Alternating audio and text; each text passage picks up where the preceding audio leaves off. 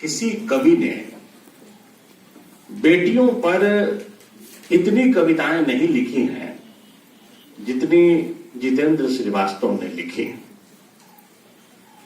1995 से लेकर 2018 तक लगभग 23 से 24 साल के बीच में उन्होंने 23 कविताएं बेटियों के बारे में लिखी हैं।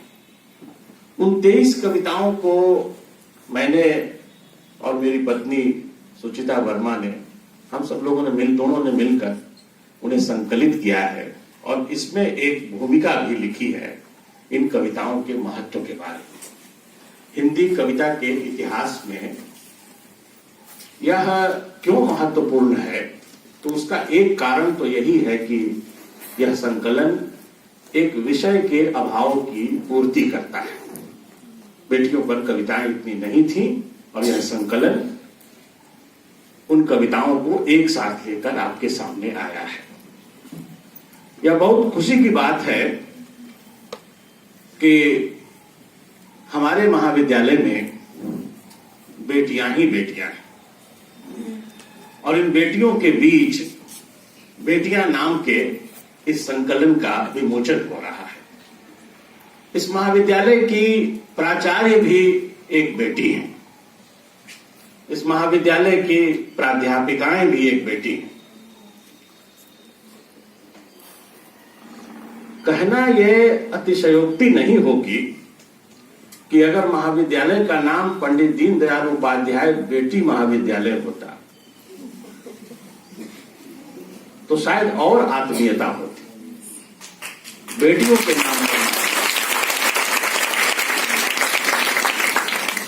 बेटी में और महिला में एक फर्क होता है, जिसके बारे में मैंने इसकी भूमिका में भी लिखा है कि जब हम महिला के बारे में सोचते हैं तो उसका जेंडर खत्म नहीं होने पाता है।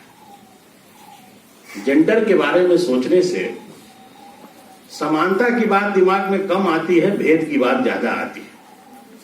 और जब हम बेटी के बारे में सोचते हैं तो बहुत संवेदनशील होकर सोचते हैं, बहुत आत्मीय होकर सोचते हैं, बहुत गहराई से सोचते हैं। तो मुझे लगता है कि स्त्री विमर्श की चिंता में बेटी की चिंता की जो भाषा होती है उसे शामिल करना चाहिए। तो हो सकता है कि स्त्री विमर्श ज्यादा संवेदनशील हो जाए। मैं आपके सामने 2 कविताओं के केवल पाठ करूंगा। एक बात और, यह पूरा संकलन बेटियों को समर्पित है और एक बहुत ही क्रांतिकारी कवि रमाशंकर यादव विद्रोही की एक कविता के साथ समर्पित है।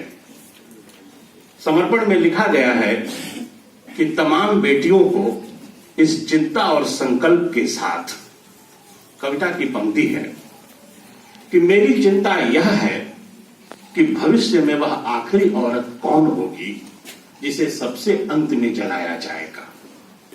मैं नहीं जानता, लेकिन जो भी होगी मेरी बेटी होगी और मैं ये नहीं होने दूंगा। यह एक कवि का संकल्प है।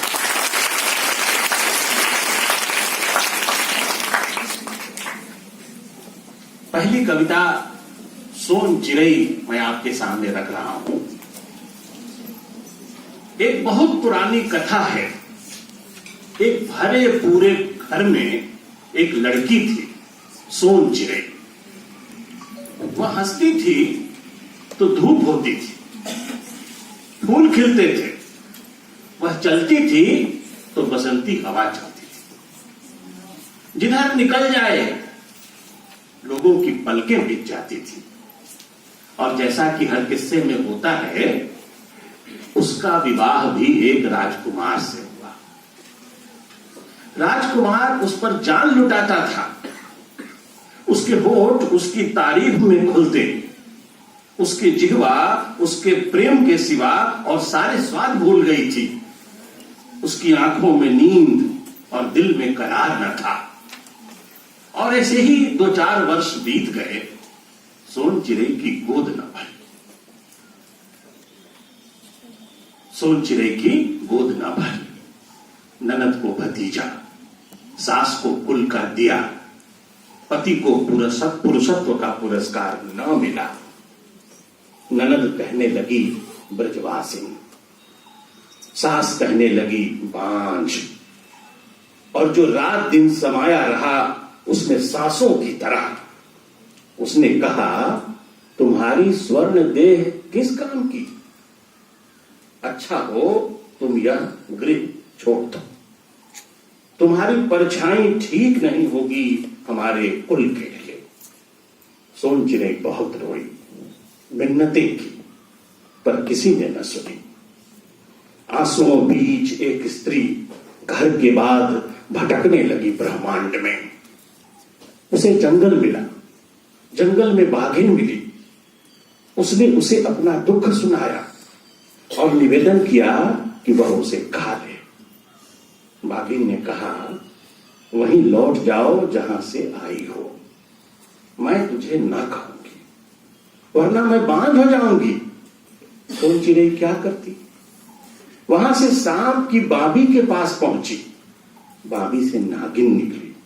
नागिन ने उसका दुख सुना, फिर कहा, वहीं लौट जाओ जहां से आई हो, जो मैं तुझे काट खाऊंगी तो बांझ हो जाऊंगी। सोनचिड़ै बहुत उदास हुई। फिर क्या करती? गिरते पड़ते मां के दरवाजे पहुंची। मां ने धधा कर हाल चाल पूछा। कौन सी विपत्ति में दुलारी बिटिया आई है? बेटी ने अपना दुख सुनाया और चिरौरी की कि थोड़ी सी जगह दे दो मां रहने के लिए। मां ने कहा, विवाह के बाद बेटी को नैहर में नहीं रहना चाहिए। लोग बात क्या कहेंगे? वहीं लौट जाओ जहां से आई हो। और सुनो, बुरा न मानना बेटी, जो तुम्हारी परछाई पड़ेगी तो मेरी बहू बांझ हो जाएगी। यह कहकर मां ने अपना दरवाजा बंद कर लिया। अब सोनचिड़ै क्या करती? उसने धरती से निवेदन किया, अब तुम ही शरण दो मां, दुख सहा नहीं जाता, इन कदमों से चला नहीं जाता। जो लोग पलकों पर लिए चलते थे मुझे, उनके ओसारे में भी जगह नहीं बची मेरे लिए। अब कहां जाऊं तुम्हारी गोद के सिवा? धरती ने कहा, तुम्हारा दुख बड़ा है, लेकिन मैं क्या करूं? जहां से आई हो वहीं लौट जाओ। जो मैं तुमको अपनी गोद में रख लूंगी तो ऊसर हो जाऊंगी। और मित्रों, इसके आगे जो हुआ वह किसी किस्से में नहीं है। हुआ यह कि सब ओर से निराश सोनचिड़ै बैठ गई एक नदी के किनारे। एक दिन गुजरा, 2 दिन गुजरा, तीसरे दिन तीसरे पहर एक सजीला युवक प्यास से बेहाल नदी तट पर आ मिला। उसने सोनचिड़ै को देखा। सोनचिड़ै को देख पल भर के लिए वह सब कुछ भूल गया। उसने विह्वल हो नरम स्वर में सोनचिड़ै से दुख का कारण पूछा और सब कुछ जान लेने पर अपने साथ चलने का निवेदन किया। सोनचिड़ै पल छिन हिचकी, फिर उसके साथ साथ बोली और उसके साथ पूरी उम्र जीकर जब वह मरी तो आंसुओं से जार जार उसके 8 बेटों ने उसकी अर्थी को कंधा दिया। सोनचिड़ै 8 बेटों की मां थी, वह स्त्री थी, और स्त्रियां कभी बांझ नहीं होती। वे रचती हैं तभी हम आप होते हैं, तभी दुनिया होती है। रचने का साहस पुरुष में नहीं होता, वे होती हैं तभी पुरुष होते हैं।